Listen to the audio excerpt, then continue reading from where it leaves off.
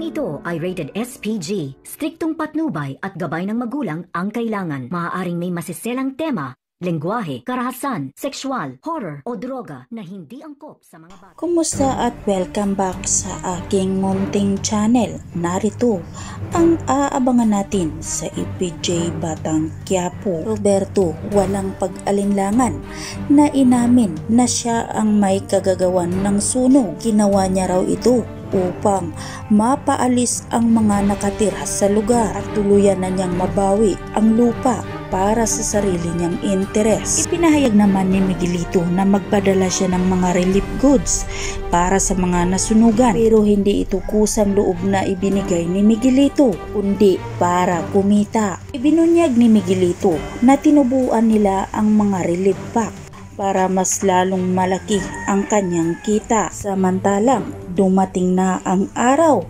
na nagkita si Rocky Boy at Punggay. Halatang kinabahan si Punggay, ngunit pilit niya itong gagawin para mabigyan ng hustisya ang ginawa ni Rocky Boy sa kanyang kapatid na si Dimple. Habang si Rocky Boy ay excited naman sa gagawin nila ni Punggay. Pagdating ni Punggay ay nakasuot na ng costume si Rocky Boy. At para masayahan pa si Rocky Boy, binigyan niya ng costume si Punggay na paru-parong puti. Agad niyang pinasuot ito kay Punggay.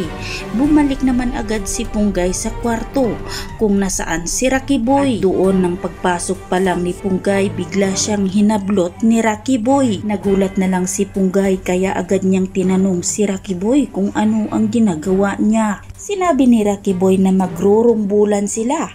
Hindi naman nagpatinag si Punggay. Bilis na nasipa ni Punggay si Rocky Boy dahilan ang pagkagapang nito. Sa kabilang banda, walang kaalam-alam si Divina na sinundan na pala siya ni Tanggol. Ngunit nagulat na lang siya nang nagpakita na si Tanggol sa kanya. Takot na takot si Divina kaya tumakbo ito at humingi ng tulong. Bilis niyang sinabi sa kanyang mga tauhan na puntahan si Tanggol sa taas. Ngunit isa-isang pinabagsak ni Tanggol ang mga tauhan ni Divina, habang si Punggay ay pilit namang lumaban kay Rocky Boy. Ngunit mabilis si Rocky Boy at sanay ito sa kanyang ginagawa ng pamumugbog ng mga babae. Ligaw si Punggay at humingi ng tulong. Narinig naman ito ni Tanggol kaya mabilis pinuntahan ni Tanggol kung saan ang boses ng humingi ng tulong. Agad na sinipa ni Tanggol ang pinto ng kwarto. Laking gulat niya nang makita niya si Punggay dahil galit na galit si Tanggol kay Divina kaya napagbuntungan ng galit niya itong si Rocky Boy. Sipa at suntok ang natanggap niya mula kay Tanggol. Tanong ni Tanggol kung nasaan ang kanyang ina na si Divina dahil malaking araw ang utang nito sa kanya. Ngunit nagmamatigas si Rocky Boy na sabihin ang totoo kay Tanggol hanggang nagsingdatingan na ang mga tauhan ni Rocky Boy. Nagkaroon ng oras si Punggay para makaagaw ng baril kaya isa-isa niya rin pinagbabaril ang mga tauhan ni Rocky Boy. Bugbog sirado si Rocky Boy kay Tanggol at halos hindi na ito makatayo. Hindi na nag-aksaya ng oras pa si Tanggol kaya mabilis na itong umalis, habang si Punggay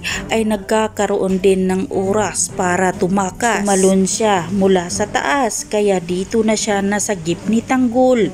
Mabilis na pinasakay ni Tanggol si Punggay sa kanyang motor. Dito na kaya unti-unting mahuhulog ang loob ni Punggay sa taong kinamumunghian niya. Yan ang ating pakatutukan mga kaibigan. Dito lang sa EPJ Batang Quiapo.